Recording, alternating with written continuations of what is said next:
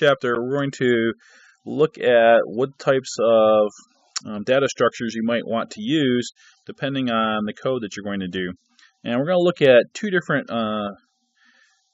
ways of looking at variables. One, aliasing, and the other is mutable versus immutable.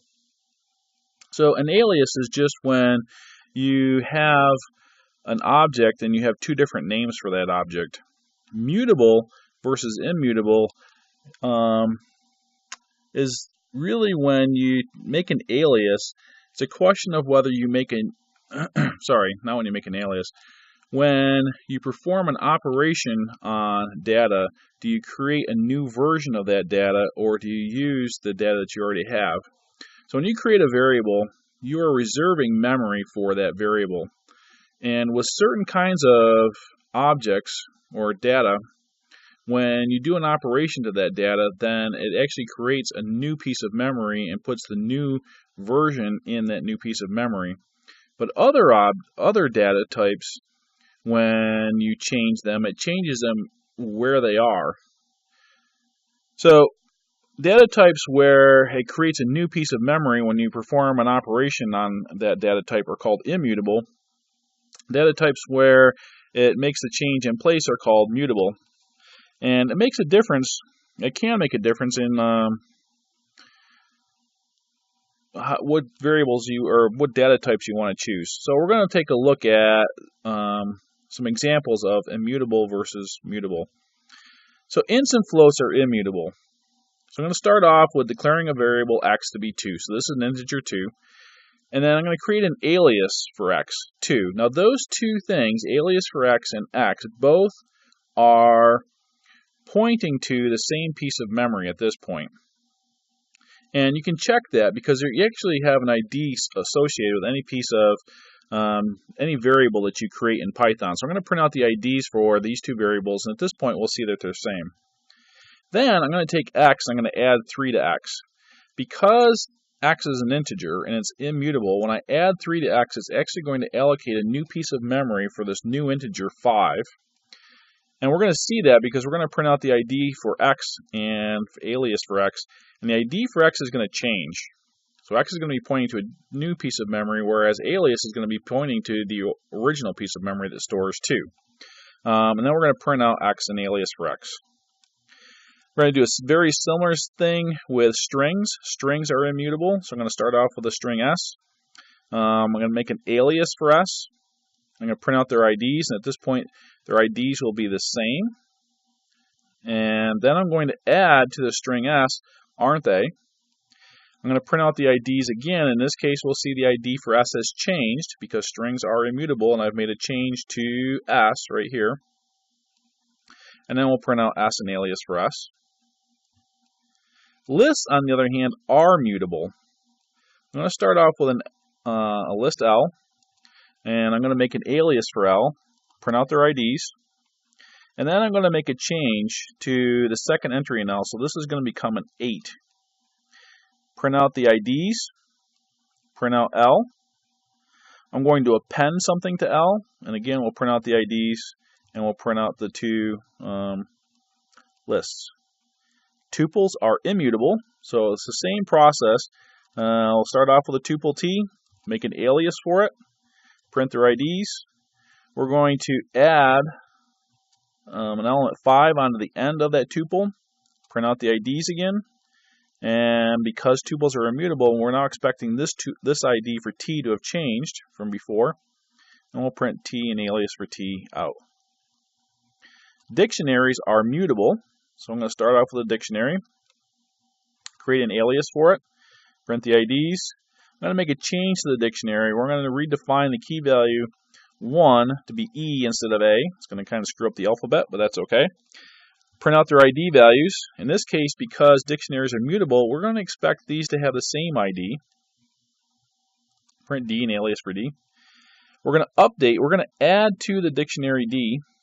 So we're going to add in a keyword 5 with a value of F.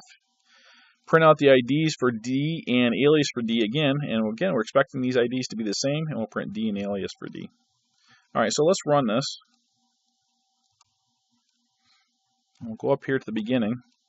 So ints and floats should be immutable. So here's the ID number for x, and here's the ID number for alias for x. Let's go back up and look at our code.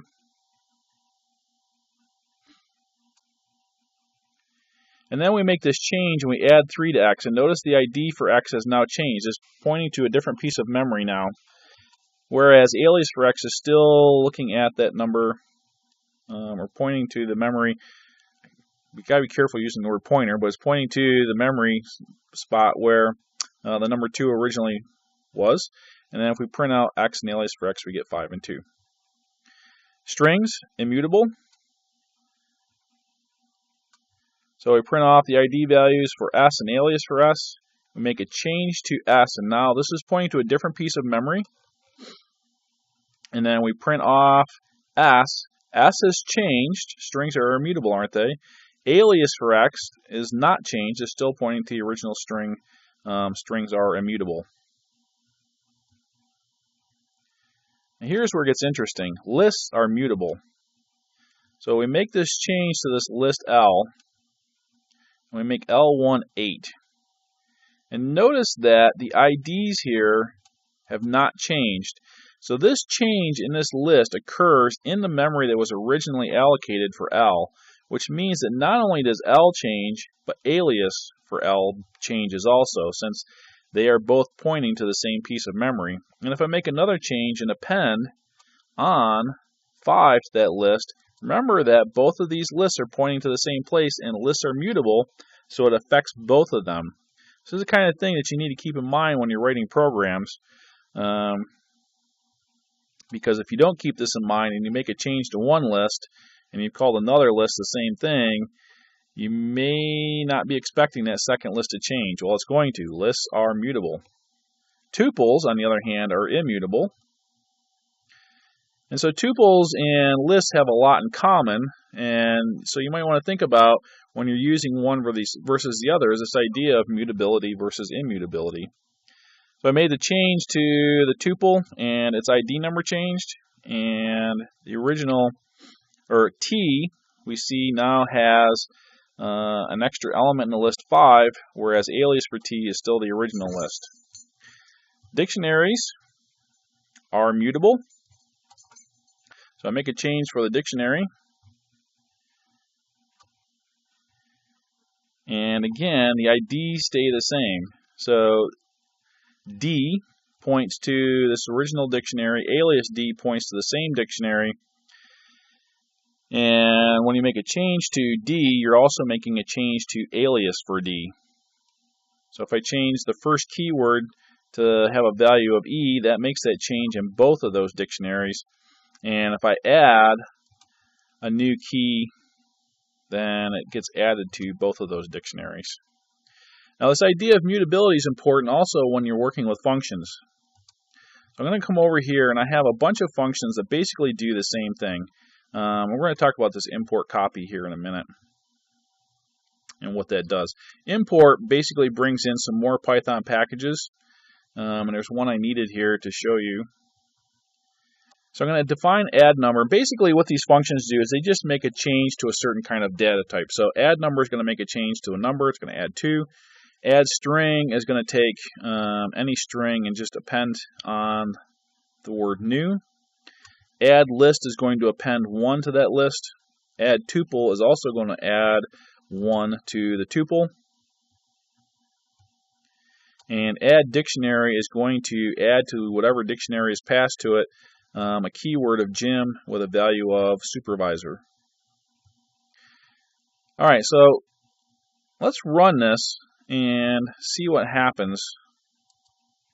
So I'm going to start off with an integer 5, and I'm going to add number to 5. And I'm going to print off this value of add number, and I'm going to print off the original value A, or so I think. And this add string is going to add old, it's going to add, so this is going to add 2. I'm going to add new to that string and print off add string and the original string.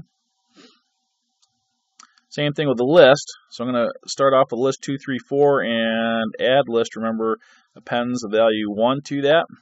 And then I'll print off the added list and the old list. Add tuple also appends 1, so I'll print off that list with a 1 appended to it, and the original T and this dictionary has 2 entries in it, and we're going to add to that Jim as a supervisor. So what has happened? Well, if we come up here, we get what we expected. We print off add number, and we get 7, 5 plus 2. And we print off A, and we get 5. So that's completely expected. We start off with a string old. We print off add string, and we get old new. And then we print off B, and we get old. So that's the original string old, exactly as expected. Then something interesting happens. So we have C as the original list 2, 3, 4. Remember that lists are mutable. And we call add list C, which then appends the number 1 to this list. And so we print off add list C, and we get the list we expect, 2, 3, 4, with a 1 on the end of it. But then we print off the original C, we get the same list. So what has happened is we've made an alias for C when we called add list. That alias changed, and because the alias changed, it changed the original C. So this is important because when you call a function with a list, you better understand that that function could change your list in the calling program. You may not be getting a new copy back. It may be changing your original list. Tuples do not. Now this could be desirable or undesirable. You just have to know or expect this kind of behavior from lists. Tuples, on the other hand, because they're immutable, if you make a change to a tuple in a calling procedure, then sure enough, add tuple will have that 1 appended to it, but the original T won't because it's immutable. Lists, again, are mutable. So I call with D and add dictionary to that, and sure enough, it adds Jim to that. But not only does it add Jim to the add dict version, but it also changes the original D version. So again, can't say this enough, dictionaries are mutable. Now, it is possible to avoid making these changes to mutable lists or dictionaries, so I should say mutable variables here.